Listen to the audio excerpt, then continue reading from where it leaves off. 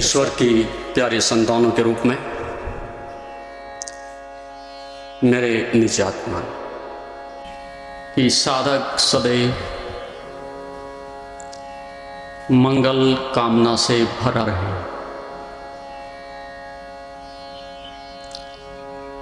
ये योग के बहुत सारे सूत्रों में से एक महत्वपूर्ण सूत्र है। साधक सदैव आशीष से आता है। अब जब 100 दुष्टों के बीच में एक आदमी श्रेष्ठ बनने की कोशिश करेगा, एक आदमी ईमानदार बनने की कोशिश करेगा, तो पहले कदम पर ही विरोध हो जाएगा, बगावत हो जाएगी, गालियां सुनने को मिलेगी, निंदा सुनने को मिलेगी। आप एक टिमटिमाती सी छोटी सी दीपक की ज्योति हो और आपके सामने चारों ओर हजारों दीपक जगमगा रहे हों निकृष्टता के, बेईमानी के, भ्रष्टाचार के, तो स्वाभाविक है व्यक्ति का साहस, उसका धैर्य, उसका मनोबल टूट जाता है। इसलिए लाखों में कोई व्यक्ति इतना साहस कर पाता है, जिस प्रकार की एक झूठ के विपरीत, अन्याय के विपरीत आवाज उठा पाता है, और उसके पीछे भी बहुत बड़ी उसकी अपनी आध्यात्मिक सेवा होती है, आध्यात्मिक साधना होती है। अतीत के अनेक जन्मों का गुरुओं का प्रेम और आशीर्वाद उसको प्राप्त होता है, तो ही इतने बड़े अन्याय से, भ्रष्टाचार से लड़ने की उसमें आत्मबल की शक्ति होती है। तो जब भी आप श्रेष्ठतम को चुनोगे, 3 अवस्थाओं से गुजरना पड़ता है। एक, पहले स्वयं से लड़ाई है हमारी, दूसरों से लड़ाई हम बाद में लड़ते हैं। पहले सभी युद्ध मेरे मन में लड़े जाते हैं, चाहे वो ईमानदारी के हो और चाहे बेईमानी के हो। सबसे पहली वार्तालाप मनुष्य स्वयं से करता है और दूसरी वार्तालाप फिर दूसरों से करता है। जब आप किसी को मित्र बनाते हैं तो पहले अपने अंदर से एक मैत्री का भाव आपके अंदर से उठता है।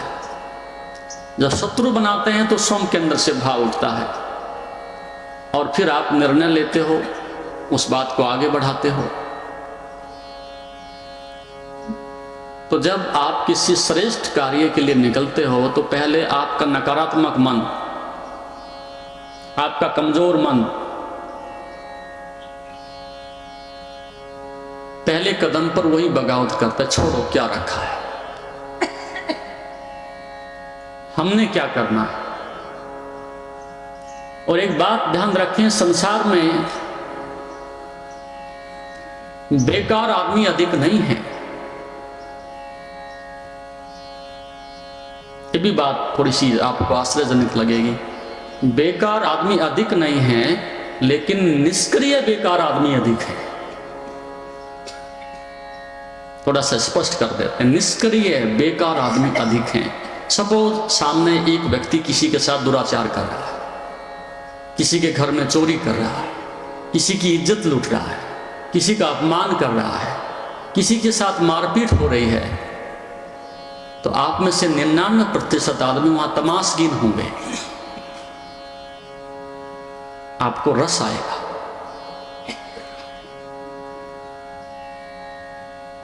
आपने किया कुछ नहीं, लेकिन जहां 2 आदमी भ्रष्टाचार कर रहे हो और 99 आदमी वहां पर खड़े होकर देख रहे हो, तो उन 2 को 98 का बल प्राप्त है। हालांकि निष्क्रिय हैं, आपने कहा कुछ नहीं, लेकिन बल उनको मिल गया। अन्यथा 100 आदमी के सामने 2 आदमी पाप कैसे कर सकते थे। तो 4 कैटेगरी है पाप की। 1, मैंने स्वयं किया। 2, मुझे किसी ने सलाह दी।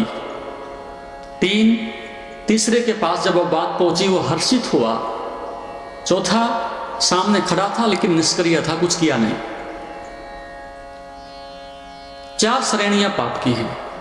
1, जिसने प्लान किया, स्वयं, वो केंद्र में है। पड़ोसी से सलाह मांगी, कर दो कोई बात नहीं, वो भी इसमें भागीदार हो गया है। सलाह दी उसने, भागीदार पाप में वो भी हुआ है। थर्ड पर्सन ने सुना सायंकाल को, यार वहां ऐसा हुआ और ऐसा सुना हमने, अखबार में ऐसी बात थी, उसके साथ ऐसा हो गया, और आपका अहंकारी मन हर्षित हुआ, हाँ हम भी ऐसे चाहते थे। आप उस व्यक्ति को जानते भी नहीं, उस व्यक्ति से मिले भी नहीं, लेकिन आपने समर्थन किया, हाँ ऐसा ही ठीक हुआ। उसमें अज्ञात के सूत्रों से, अज्ञात के जगत से आप भी उस पाप के भागी हो गए। पता भी नहीं, आपको पता भी नहीं चला। इतना गहरे से कौन सोचता है? उस समय तो आदमी जलेबी सी खाता है, गटर गटर सुनता है, अनुमोदन करता है, हर्षित होता है, हाँ ठीक हुआ। लेकिन आप ऐसा चाहते थे। तो दूसरे में व्यक्ति वही देखता है जो सौम्य उसके अंदर घटित होता है। तो पहले कदम पर आपका मन ही बगावत करता है, उसके प्रति पहले व्यक्ति को साधना करनी पड़ती है। स्वयं से व्यक्ति को लड़ना पड़ता है। और जब आपके पास काफी मनोबल हो जाता है, एक दिशा हो जाती है, एक संकल्प आपके पास पैदा हो जाता है, तब आप समाज में जा सकते हो। तो दुर्भाग्य यह है, पराजय का कारण यह है, यदि किसी व्यक्ति के मन में करुणा का भाव पैदा हो भी जाए कि हम समाज को कुछ श्रेष्ठतम देना चाहते हैं, कुछ करना चाहते हैं, कुछ भलाई करना चाहते हैं, तो व्यक्ति स्वामी संकल्पवान नहीं, उस व्यक्ति के पास स्वामी कुछ अनुभव नहीं। तो जितने भी समाज में सुधारक गए हैं, कुछ दिनों के बाद जिन लोगों का सुधार करने के लिए गए, उन लोगों ने ही उनको सुधारने के लिए शिक्षा देने आरंभ कर दी कि पहले हम तुम्हें सुधारेंगे। 99 मौकों पर ऐसा होता। ऐसा हुआ कि एक व्यक्ति साधु के पास किनारे पर नदी के बैठा हुआ था। अकस्मात एक बच्चा सामने नदी में खेल रहा था, खेलते खेलते आगे बढ़ गया, थोड़ा और आगे बढ़ गया, और पानी की एक स्थिति होती है, जब गर्दन तक गया तो बच्चा धीरे धीरे आगे खिसकने लगा, उसके पैर टिकने बंद हो गए। वो व्यक्ति जो पास में बैठा था झट से छलांग लगा के आगे कूद गया, और वो व्यक्ति पहली बार नदी में कूदा। और जब उस पानी की सतह पर आगे वो बढ़ा, अब वो कह रहा मुझे बचाओ, मुझे बचाओ। वो बच्चे को तो भूल गया, वो कह रहा कि बाबा मुझे बचाओ। तो उसने कहा जब तुम नहीं जानते कि तैरा कैसे जाता है, तो तुमने छलांग क्यों लगाई? कि मन में करुणा पैदा हो गई थी। ये करुणा तो फिर उसके लिए मौत ही बनेगी। आप तैरना नहीं जानते, दवाई देना नहीं जानते, मार्ग क्या है वो दिशा नहीं जानते, और यदि आप मार्गदर्शक बनते हो तो आप दूसरों के लिए भी खतरनाक सिद्ध होते हो। वो दवाई जहर बनेगी, वो मार्गदृष्टा तुम्हें भ्रष्ट करने का माध्यम बनेगा। तो अधिकांश तो समाज में भ्रष्टाचार होने का कारण यह है कि 99% वो लोग हैं जिनके पास कोई अनुभव नहीं, कोई साधना नहीं, कोई संकल्प नहीं, कोई दिशा नहीं।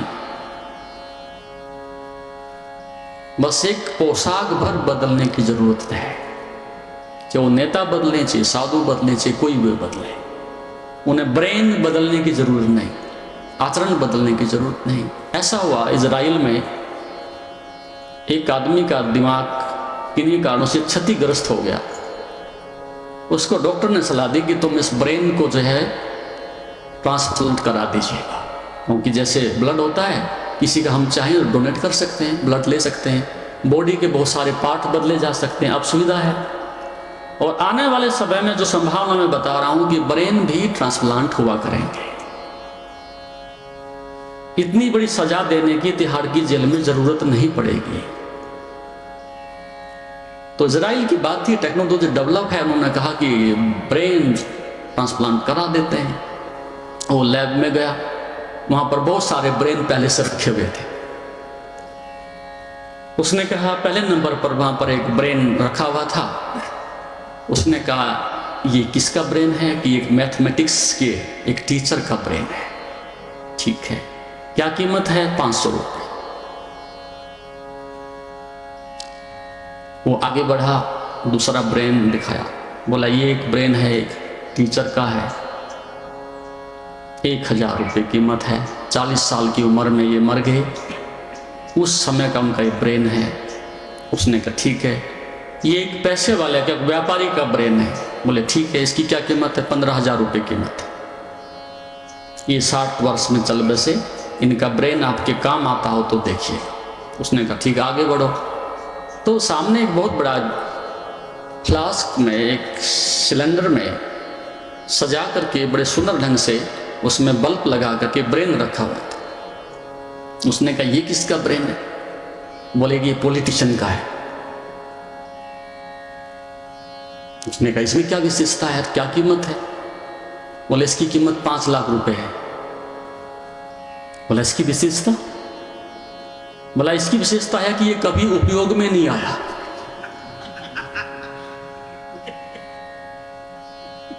कुंवारा है बिल्कुल, कभी टच नहीं हुआ, ये एज इट इज जैसा आया था गर्भ से ऐसा ही रखा है, और पहली बार आप प्रयोग करेंगे इसका, इसलिए 5 लाख रुपए कीमत।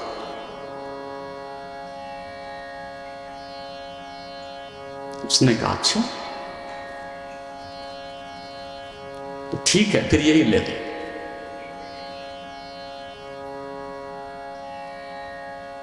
क्योंकि जिस व्यक्ति को भीड़ का नेतृत्व करना हो, और वो आदमी भी भीड़ का ही अंग हो, उसे बुद्धि की जरूरत नहीं है। उस नेता को कभी बुद्धि की जरूरत नहीं है। वो नारेबाजी जो भीड़ बोलती है वही वो बोलने लगता है, जैसे वो अनुयायी कहते हैं वैसे वो करने लगता है। तो उसे अपनी बुद्धि से निर्णय लेने की, बुद्धि का प्रयोग करने की, अनुभव अपना दिखाने की वहाँ कोई ज़रूरत नहीं है। केवल आप सत्ता में होने चाहिए, बाकी वो अपने आप ही आपको धकेलते रहते हैं, आगे से आगे धकेलते रहते हैं। तो ब्रेन हमारे पास है, लेकिन मंगल कामना से भरा हुआ नहीं है। ब्रेन हमारे पास है, लेकिन उस साधना से, उस संकल्प से भरा हुआ नहीं है। तो पहले कदम पर ही विरोध होगा, स्वयं से ही होगा। हमारी आत्मा कई बार डगमगाएगी, कहें ना कहें, जाएं ना जाएं, समाज में काम करें ना करें, लेकिन फिर लोभ पकड़ता है। सम्मान मिलेगा, पद मिलेगा, कुर्सी मिलेगी, सुविधाएं मिलेगी, धन मिलेगा, और जब इतना मिलेगा तो फिर आत्मा को बेचा जा सकता है, जीवन को दांव पर लगाया जा सकता है। और जब इतनों को मिल गया, मूड लोगों को मिल गया, तो हमें भी मिल रहा है, तो हमें क्या परेशानी है, चलते हैं।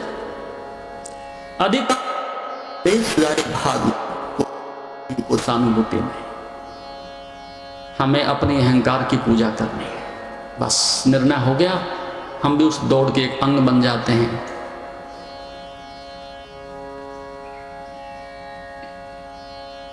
तो इस दृष्टिकोण से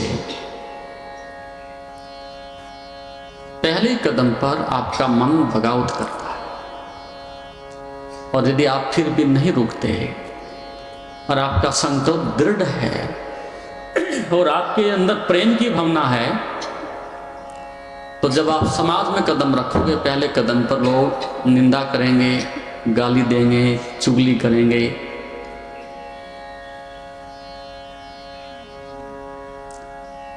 मारपीट करेंगे।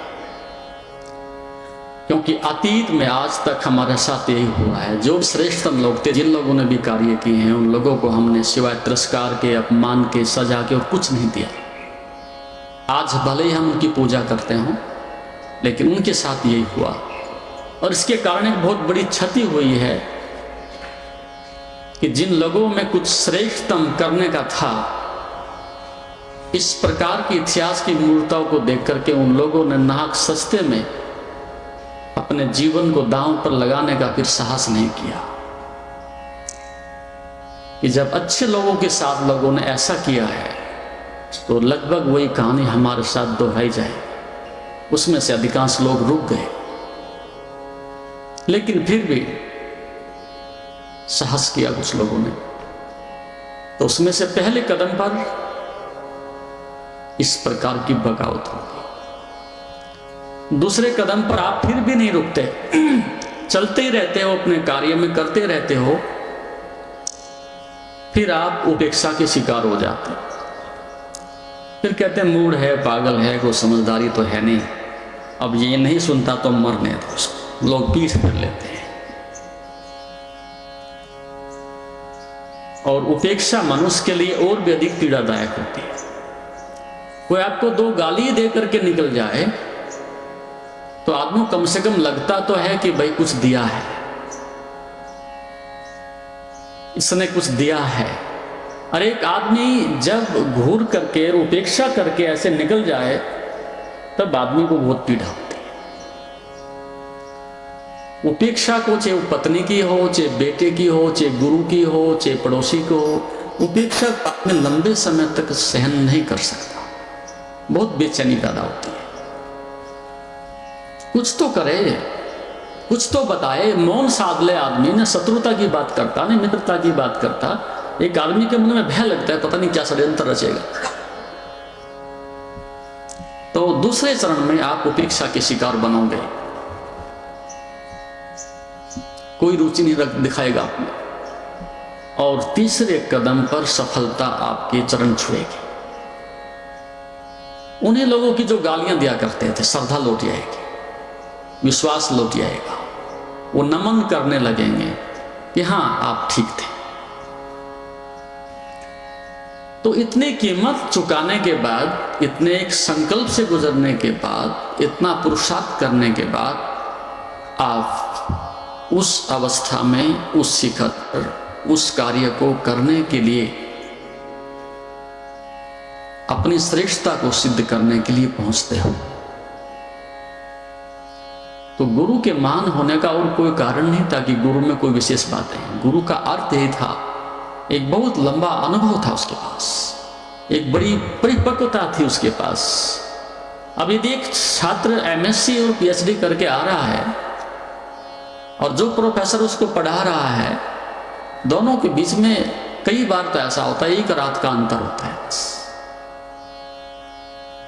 जिन दो व्यक्तियों के बीच में, गुरु और शिष्य के बीच में एक रात का अंतराल हो, तो वहां गुरु और शिष्य की घटना घटित नहीं हो सकती। एक बहुत बड़ा दुर्भाग्य यह भी है, एक दिन के अनुभव में बहुत बड़ा अनुभव नहीं जुड़ जाता, एक दिन के अंतराल में बहुत बड़ी उपलब्धि नहीं हो जाती। जिस क्लास में बैठकर के वो पढ़ रहे थे, अगले दिन वही तुम्हारे प्रोफेसर हैं, तो उनके साथ वो गुरु का, श्रद्धा का, प्रेम का, एक समर्पित होने का भाव नहीं जुड़ सकता। और अतीत में ये एक विशेष बात ये रही कि कम से कम जो विद्यार्थी गुरु के पास जाता था उससे वो 50 साल बड़ा होता था।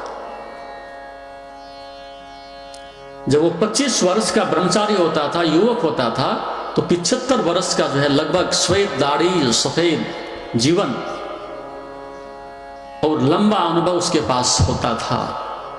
और वह गृहस्थ से लेकर के और पूरी शिक्षा और राजनीति तक की सारी जितने भी काउंसिल्स हैं, जितनी भी सभाएं हैं, जितनी भी समस्याएं हैं पूरे राष्ट्र की, और उनके समाधान के जो सूत्र हैं वो उसके पास सुरक्षित होते थे।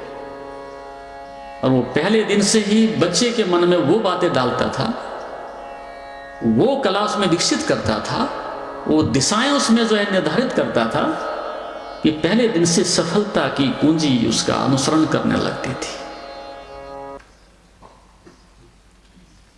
क्योंकि आचार्य का अर्थ ही आचरण होता है।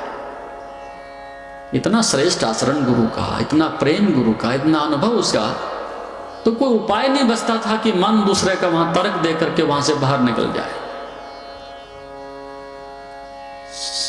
इतना आनंद और प्रेम का जीवन देकर के सीखने के लिए मन भाव अपने बना ही लेता था। लेकिन अब वो सब बिखर गया है, खो गया है। अब कौन गुरु कौन शिष्य ये नहीं कह सकते। और अधिकांश वास्तविकता तो ये है कि संसार में ढूंढने से भी आप जाओगे, कहीं भी ढूंढोगे, शिष्य तो बहुत ही कम मिलेंगे, गुरु ज्यादा है। शिष्य तो बहुत कम, और जो कम है वो भी इस होड़ में है, इस दौड़ में है कि कब मैं गुरु बन जाऊं। कुल मिला के पूरी जमात गुरुओं की बैठी हो तो कौन सीखेगा, कौन सिखाएगा, कौन अनुभव लेगा, कौन अनुभव आगे बांटेगा। तो वो सारी चीजें अतीत में जो एक इतिहास बिखर गया है, एक संस्कृति बिखर गई है, एक शिक्षा का ढांचा खराब हो गया है, उसके कारण ये हुआ कि अब लगभग हर आदमी गुरु बनने की स्थिति में है। तो फिर जीवन को उस मंगल कामना से नहीं भरा जा सकता, उस श्रेष्ठ संकल्प से नहीं भरा जा सकता, क्योंकि हमारी पूरी शिक्षा ईगो एंड मनी सेंट्रिक है। हमें केवल दो ही बात सिखाई जाती हैं, आपके पास बड़ा पद और बड़ा बैंक, ये चीजें नहीं है तो जिंदगी तुम्हारी नरक है और बेकार है।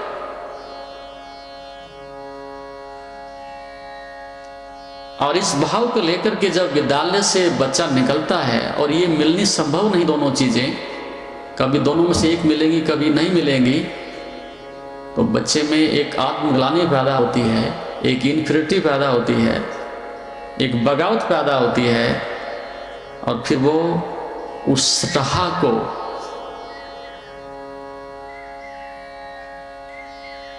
भटक करके एक दूसरा मार्ग अपनाता है,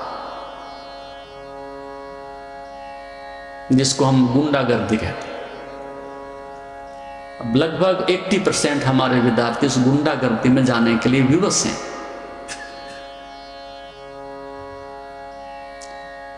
और एक नेता में एक गुंडे में कोई ज्यादा बड़ा अंतर नहीं रह गया।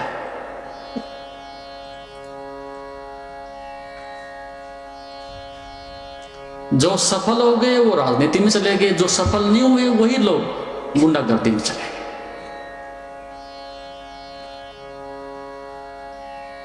थोड़ा कड़वा लगता है सच, लेकिन वास्तविकता हमारी ऐसी है। तो ये सुधार करने के लिए, एक अध्यात्म का मार्ग विकसित करने के लिए, एक ध्यान का मार्ग विकसित करने के लिए बहुत बड़ी चुनौती है, बहुत बड़ी बाधा है। लेकिन फिर भी आप यहाँ तक आए हो, साहस दिखाया है, कहीं ना कहीं आपके मन में इस तरह की भावना, कोई प्रेम है, तो उसके लिए मार्ग ये है कि आप निकल चलो, आप अपने संकल्प को बलवान बनाए चलो, अपनी मंगल कामना को, अपनी श्रेष्ठ संभावना को बराबर अपने अंदर बनाए रखो, तो निश्चित रूप से आपको सफलता तो मिलेगी। संघर्ष भी होगा, बगावत भी होगी, उपेक्षा भी होगी, लेकिन ऐसा नहीं कि बात असंभव है और कि आप सफल नहीं हो सकते। तो मंगल कामना से भरा हुआ साधक, पहली बात, उसका परिणाम क्या होगा? जो लोग थोड़ा सा मेडिकल साइंस जानते हैं, मस्तिष्क के दो हिस्से होते हैं। एक अग्र मस्तिष्क है, आगे के हिस्से में होता है, और एक पीछे की तरफ मस्तिष्क होता है। अब ये कुछ जरूर इसमें रहस्य छिपा होगा, जरूर कोई इसमें नियति की, सृष्टा की, परमात्मा की योजना रही होगी। दो मस्तिष्क, एक से काम चल सकता था।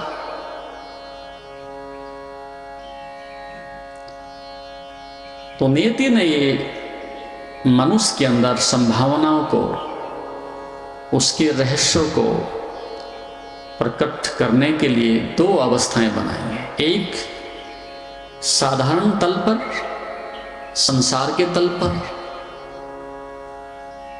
और एक मनुष्य के श्रेष्ठतम तल पर दो अवस्थाओं को निर्मित करना पड़ा, अन्यथा बहुत मुसीबत हो जाती। कौन सी वोट किसके पक्ष में जा रही कुछ पता नहीं चलता, किसको पोषण मिल रहा है कुछ पता नहीं चलता,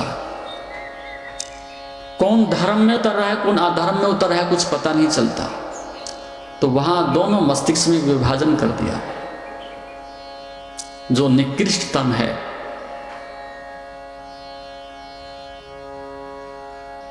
जो नकारात्मकता से भरा हुआ है, जो टोटली सरफेशियल है, जिसके पास कोई गहराई नहीं, कोई विवेक नहीं, जो क्रोध से हिंसा से भरा हुआ है, उसकी संभावनाएं अग्र मस्तिष्क में रखी। पहले इसी से तुम निमट लो। जो कुछ क्षति होनी है वो परिधि पर ही हो जाए।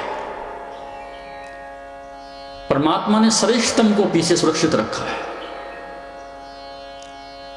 और जो साधारण है, जिसकी कोई विशेष कीमत नहीं, जिससे केवल आप संसार भोग सकते हो, संसार में रह सकते हो, संसार के राग और द्वेष से अपना जीवन चला सकते हो, उन संभावनाओं के लिए अग्र मस्तिष्क को रखा हुआ है। तुम निमटते रहो।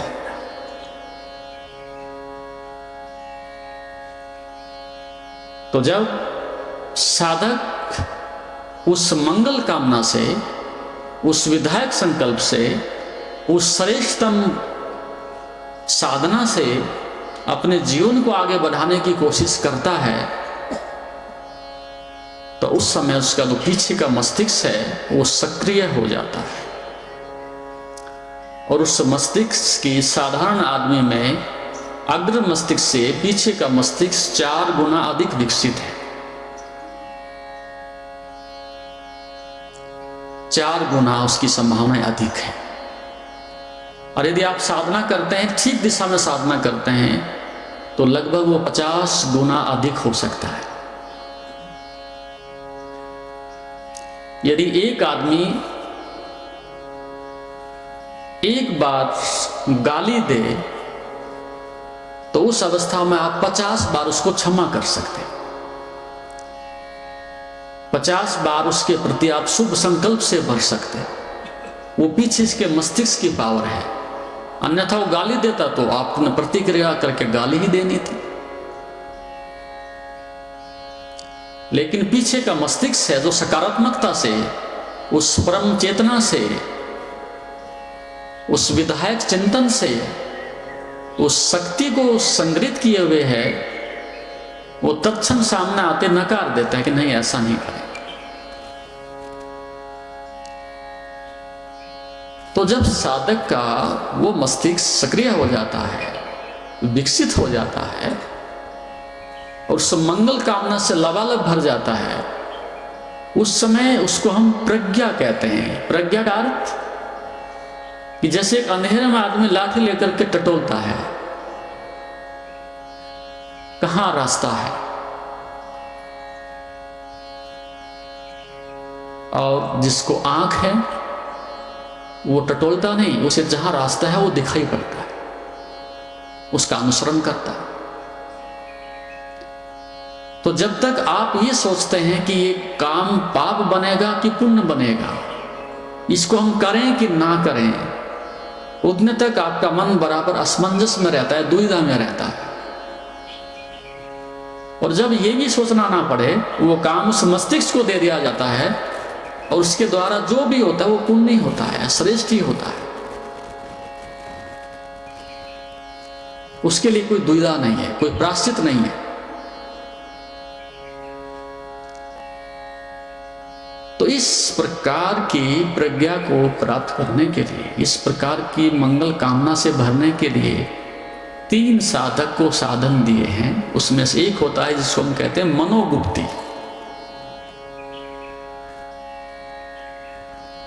दूसरी को हम कहते हैं वसनोगुप्ति, और तीसरा होता है काय गुप्ति। 3 गुप्तियां हैं योग में। मन, उसको गुप्त रखना है।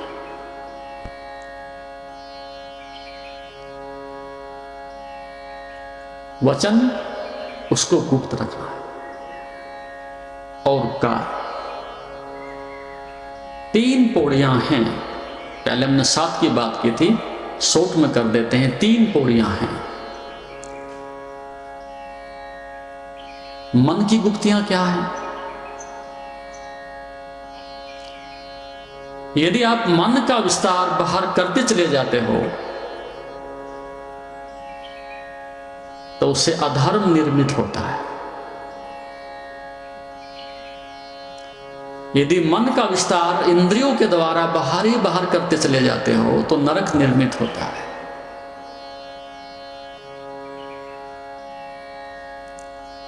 यदि मन का विस्तार बाहर ही करते हो तो आप आत्म केंद्रित नहीं होते, इंद्रिय केंद्रित हो जाते हो। इंद्रियां केंद्र में होती हैं, आत्मा केंद्र में नहीं होती।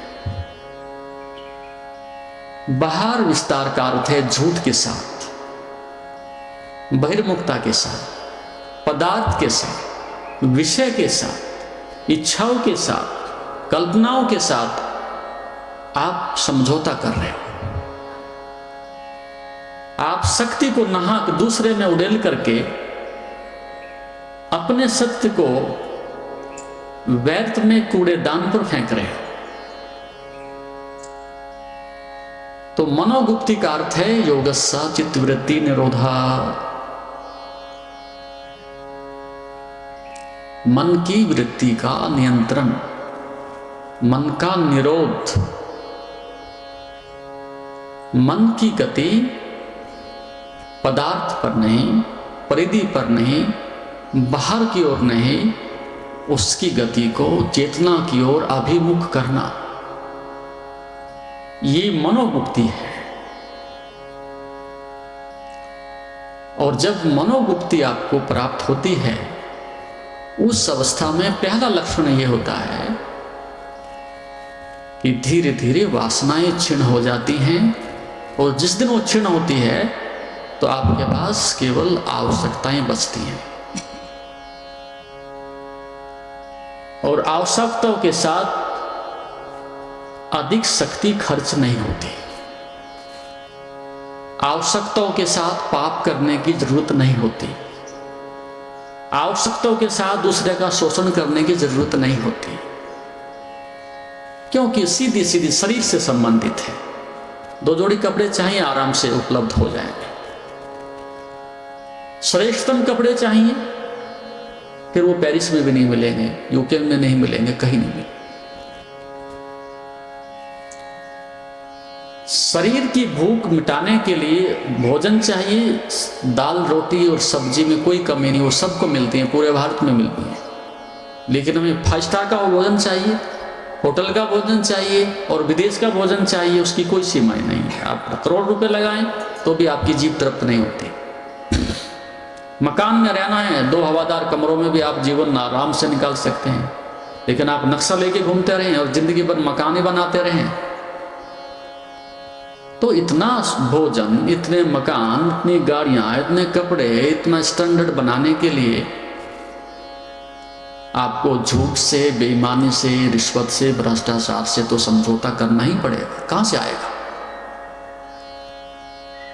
आवश्यकताओं का दरवाजा बंद होते ही इच्छाओं का दरवाजा जब खुल जाता है तो अनंत है, उनका आप कभी भी पूरा नहीं कर सकते।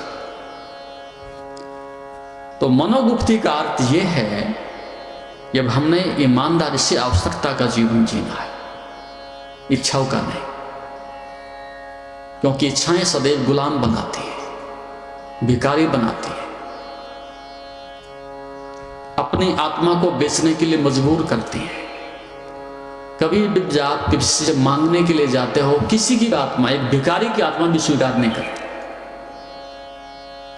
वो मांग रहा है, आदत से मांग रहा है, लेकिन कई बार उसके मन में भी जरूर होता है कि क्या जिंदगी मांगने के लिए, कुछ बांटने के लिए नहीं।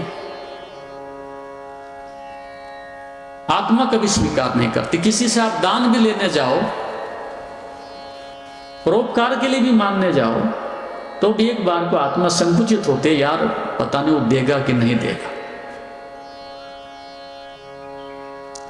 आत्मा सिकुड़ती है, विकसित नहीं होती। और जब आप कुछ देने की क्षमता रखते हो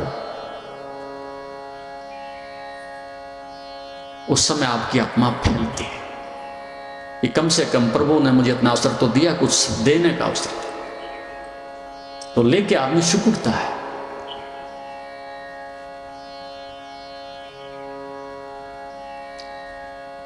तो जब आप आवश्यकताओं से जीते हैं तो फिर स्वयं को बेचने की जरूरत नहीं, फिर आप बांट सकते हो, क्योंकि जो अतिरिक्त शक्ति बची है वो बांट सकती है।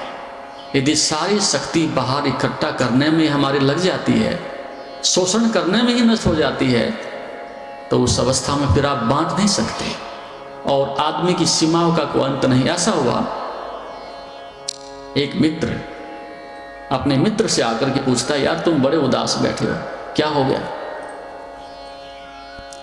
उसने कहा, यार उदासी का कारण यह है कि अभी 2 सप्ताह पहले मेरे चाचा की मौत हो गई और बड़े सज्जन आदमी थे, 60 साल की उम्र थी और मेरे तो बहुत ही जीवन के प्रिय थे और वो जीवन के अंतिम क्षणों में मेरे लिए एक 5,000 रुपए की वसीयत करा करके भी गए।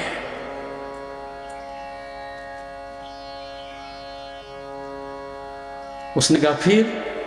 बोला फिर पिछले सप्ताह ऐसा हुआ, मेरे मामा की जो है डेथ हो गई।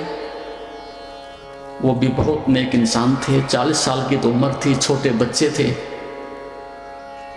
उसका भी मुझे बड़ा गम है और वो मेरे लिए 30,000 रुपए छोड़ गए।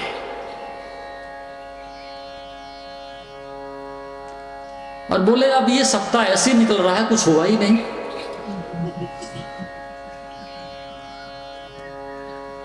पहला सप्ताह अच्छा निकला, उससे सप्ताह अच्छा निकला, अब ये सप्ताह ऐसा निकल रहा है, कुछ हुआ ही नहीं।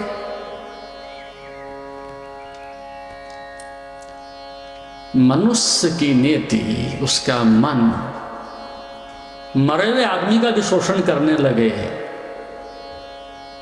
तो उसकी कोई सीमाएं थोड़ा है।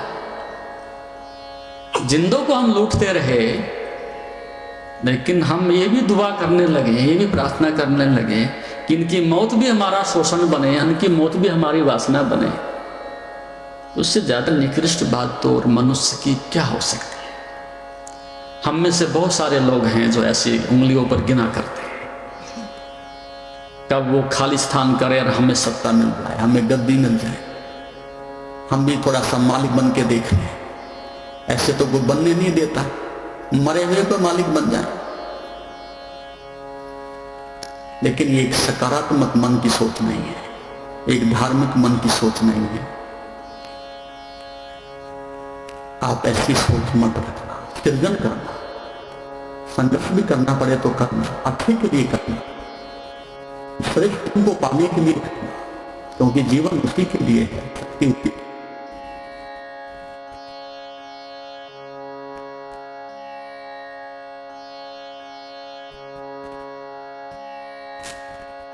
मनुष्य को वहां पहुंचा देती है जो शिखर, मनोवृत्ति वहां पहुंचा देती है जहां उसका प्रकाश का स्रोत है।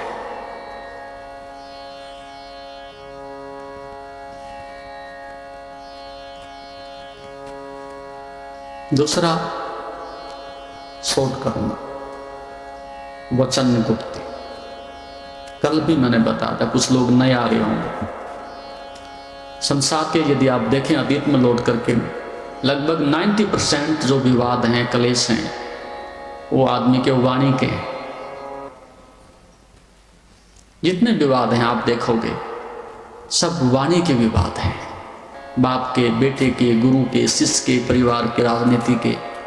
उस व्यक्ति ने कुछ कह दिया, बस वहां से एक फायर आरंभ हो गई, एक आग सुलग गई और सायंकाल तक आते आते वो आग पता नहीं कहां तक पहुंच जाती है।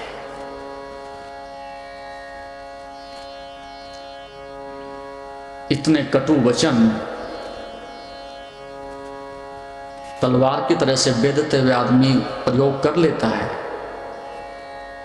ऐसे ऐसे भावनात्मक शब्द जिसमें व्यक्ति के क्षण में हार्ट अटैक हो सकता है, वो हम अपने अतीत के और वर्तमान के सब जीवन में हम देखते रहे। लेकिन योग क्या कहता है पहली बात योग ये कहता है कि आवश्यकता हो तो ही बोलना। ये बात बहुत साधारण है, लेकिन आप इस बात पर यदि एक नियम बना के चलें, इस पर आप आचरण अनुसरण करने की आप कोशिश करें और अभी से करें, आवश्यकता हो तो ही बोलना। कितने ऐसे लोग होंगे और कितना बोलने को रह जाएगा। एक स्वाभाविक मौन घेर लेगा। और इसके साथ साथ वो ये भी कहते हैं, पहला प्रयास करना कि इशारे से काम चल जाए, क्योंकि जब कम ही बोलना है तो हम यदि इशारे से काम चल जाए तो इशारे से हम काम लेंगे। और दूसरी बात जो योग कहता है महत्वपूर्ण, वही बोलना जो दूसरे के लिए हितकारक हो। उस बोलने में उसका कल्याण होता हो, उसका हित होता हो तो बोलना। और तीसरी बात योग और महत्वपूर्ण कहता है, कठिन भी है बहुत, और यदि काश वो हो जाए तो यहां सब साधु हो जाएंगे, कि वही बोलना जो तेरा अनुभव हो। यदि वो तेरा अनुभव नहीं है तो मत बोलना, चुप रहना, शांत रहना, सुन लेना, सलाह मत देना, व्यर्थ की वकालत मत करो। अब ये कठिन बात है, राजनीति की बात हो तो हम सब जानते हैं, किसी चिकित्सक की बात हो तो हम सब जानते हैं, किसी साधना की बात हो तो हम सब जानते हैं, कोई गृहस्थ की बात हो तो हम सब जानते हैं, विज्ञान की बात हो तो हम सब जानते हैं। और वास्तविकता यह है, हमसे ज्यादा मूड और नासमझ और बेवकूफ और बुद्धू आदमी कोई नहीं, कुछ भी नहीं जानता। ज्यादा से ज्यादा हमारे पास जानकारियां हैं, बस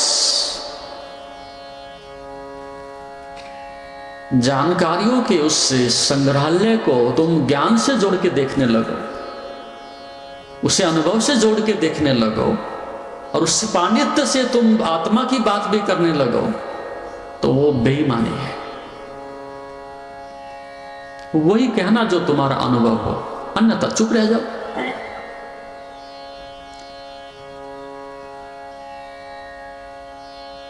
कुछ बात आती है समझ में? तो चार दल हुए संसार में। एक जिसको विद्यार्थी कहते हैं। विद्यार्थी का मतलब केवल जानकारी इकट्ठी करता है, डाटा इकट्ठे करता है, कहीं से भी मिल जाए। अधिकांश समय से लोग विद्यार्थी हैं, बस ज्यादा से ज्यादा चतुर चालाक जहां से मिल जाएं हम इकट्ठा करते चले जाते।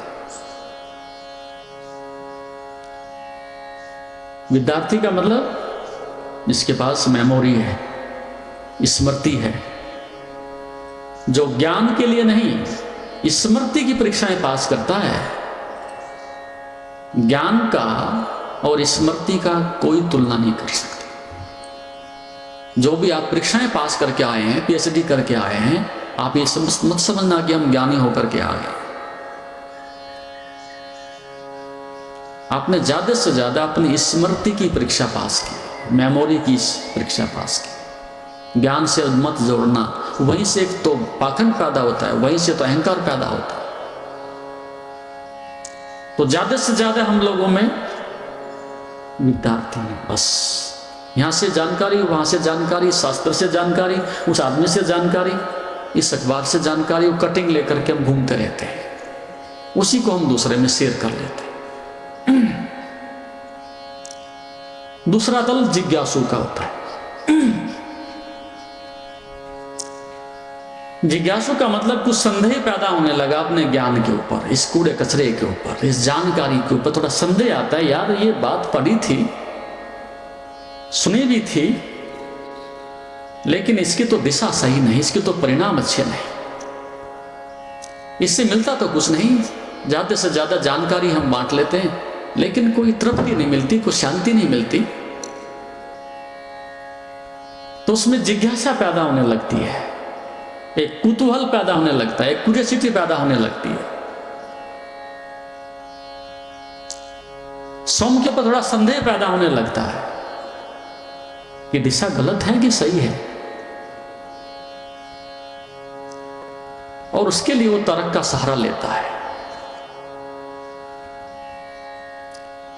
और उस तर्क में प्रयास करता है दूसरे को परास्त करने का।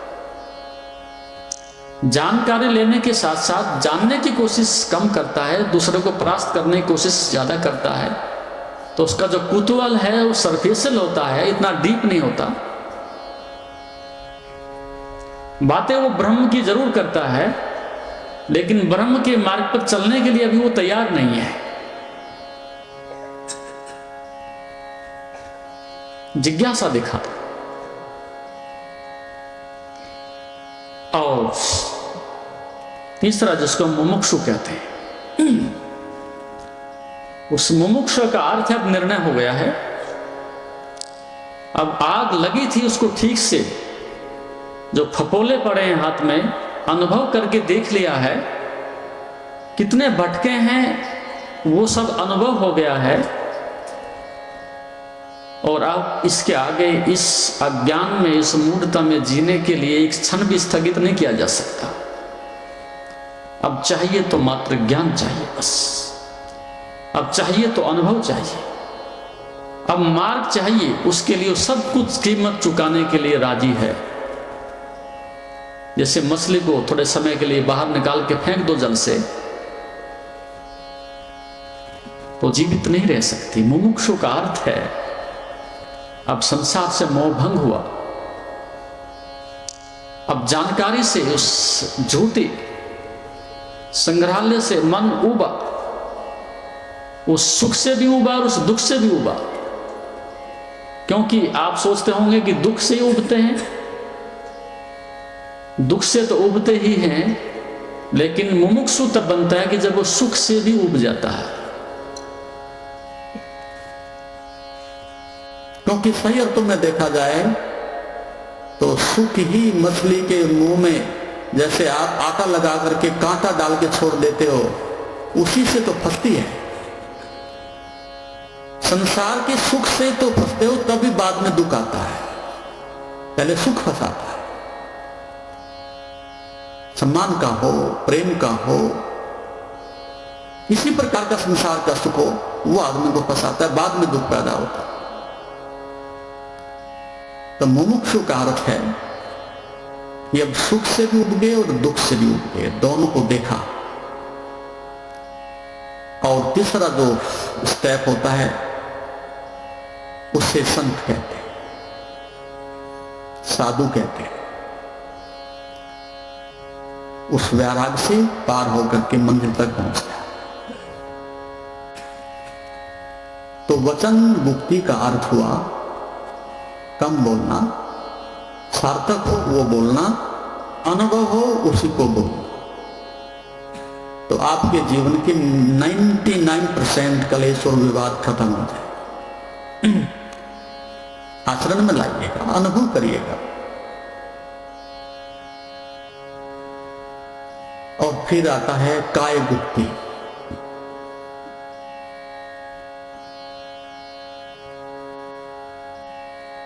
काय गुप्ति का अर्थ क्या हुआ?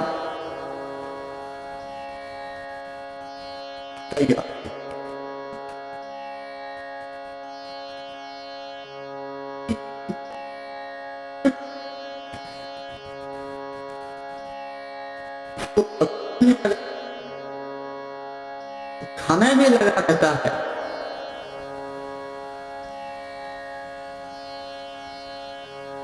ये एक मनुष्य की बहुत बड़ी बीमारी है। 24 घंटे दर्पण के सामने खड़ा रहे और पोशाक में जिंदगी हमारी अटकी रहे, और हमारी कान पूंछ कैसी दिख रही है, इसी के लिए दूसरों की जो है व्यक्ति दृष्टि को आकर्षित करने के लिए प्रयास करता रहे, तो वो आदमी कभी आत्मा की बात नहीं कर सकता। वो व्यक्ति आत्मा के तल पर कभी नहीं उठ सकता। वो व्यक्ति कभी श्रेष्ठतम के तल को नहीं छू सकता, क्योंकि परिधि पर ही समाप्त हो गया। काया पर ही अपने को बेच दिया वेश्या की तरह से, कि जिसके पास केवल शरीर ही शरीर रह गया है, और उसके पास आत्मा जैसी कोई चीज नहीं बचती। और हम में से अधिकांश लोगों का जीवन ऐसा है, अधिकांश लोगों का आचरण ऐसा है कि केवल पोशाक भर हमारे पास रह गई है, केवल एक बाहर दिखाने के लिए हमारे पास रह गया है। तो हम सुबह से लेकर के रात्रि तक शरीर के माध्यम से ज्यादा दिखावा ही करते हैं। आचरण की वहां बात नहीं, अध्यात्म की वहां बात नहीं। जिससे शरीर ही हमारा धर्म है, उसी को हम प्रदर्शित करते रहते हैं, उसी में हमारी आत्मा और आसक्ति पड़ी रहती है। तो ऐसा व्यक्ति अध्यात्म के लिए कभी भी एक कदम भी आगे नहीं बढ़ सकता। तो अधिकांश ऐसे लोग, दो तरह के लोग, एक जो देखने में विश्वास करते हैं, एक जो दिखाने में विश्वास करते हैं। दो तरह की भीड़ है। एक नेता हैं, अभिनेता हैं, और दूसरी तरफ स्त्रियां हैं। एक बहुत बड़ा वर्ग है देखने वालों का, नेताओं का, अभिनेताओं का, राजनीतिकों का, और एक दूसरा वर्ग है स्त्रियों का कि जो केवल दिखावे के लिए, प्रदर्शनी के लिए उसको पैदा किया है। अब आप सोचते हैं स्त्री के तन पर वस्त्र बचे हैं,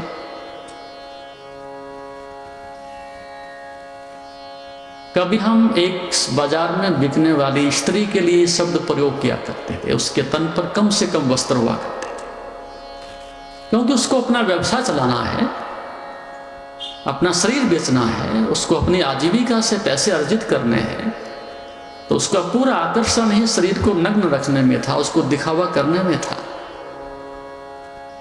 और आज हमारे जो सभ्य परिवार हैं, शिक्षित परिवार हैं, तथाकथित धार्मिक परिवार हैं, यदि उनके बच्चों के आप पोशाक देखते हैं, रात दिन देखते हो, खरीद करके लाते हो, पहनाते हो अपने हाथ से,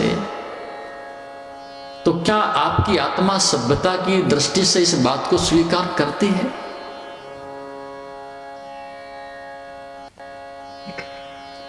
कई सेक्सुअलिटी को, वासना को जन्म देने के लिए खुलेआम दूसरों को उस वेश्यावृत्ति के लिए, कामुकता के लिए भड़काने के लिए एक सामाजिक सामूहिक प्रयास नहीं है। ऐसा हुआ कि एक फिल्म देखने के लिए बूढ़ा आदमी गया, फिल्म है, दृश्य आ रहा है, उधर से तालाब के किनारे एक स्त्री खड़ी है, वो स्नान करने के लिए तैयारी कर रही है। उसने अपने वस्त्र उतारने शुरू किए, धीरे धीरे वस्त्र उतारते जाती है, उसका अंतिम वस्त्र शेष है। इस बीच में ट्रेन आ जाती है। जब स्त्री नग्न हो रही थी तो जितने भी सिनेमा हॉल में व्यक्ति बैठे तो सबकी रीढ़ की हड्डी सीधी हो गई, हठयोगी हो गए सारे। अब क्या होने जा रहा है वो सारे गौर से देखते हैं, झांक झांक करके देखते हैं। नाराज क्यों होते हो भैया, देखते तो तुम सभी हो। खूब गौर से देखते थे, कौन चुकेगा।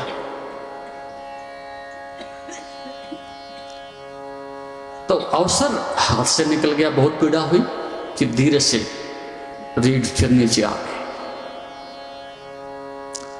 वो पहला शो था, वो भी निकल गया, दूसरा तो वो भी निकल गया, तीसरा भी निकल गया। एक आदमी वो उठे ही नहीं वहां से। मैनेजर ने कहा, महाराज तीसरा शो आ गया, तुम कर क्या रहे हो, एक ही टिकट से कैसे देख सकते हो? बोले, जब तक ये दृश्य पूरा नहीं होगा जाऊंगा नहीं। महाराज भारतीय ट्रेनें हैं, इतना डिसिप्लिन कहां है, कभी तो लेट हो गई। 10 सेकंड 20 सेकंड तो लेट होगी। अंतिम दृश्य देख करके ही जाऊंगा। जब व्यक्ति शरीर में जीता है, वो व्यक्ति वासना से दूर नहीं रह सकता। शरीर का दिखावा करने वाला व्यक्ति, दूसरे के लिए सौंदर्य रचने वाला व्यक्ति, दूसरों की दृष्टि में सौंदर्य प्रसाधन से सुसज्जित होकर के निकलने वाला व्यक्ति, चाहे स्त्री, इसका अर्थ यह है वो स्वयं से तृप्त नहीं है, अपने पति से तृप्त नहीं है। उसके दिखावे में कुछ ऐसा दिखावापन है कि जैसे उसने अपने को बोली लगाने के लिए, बेचने के लिए निकाला।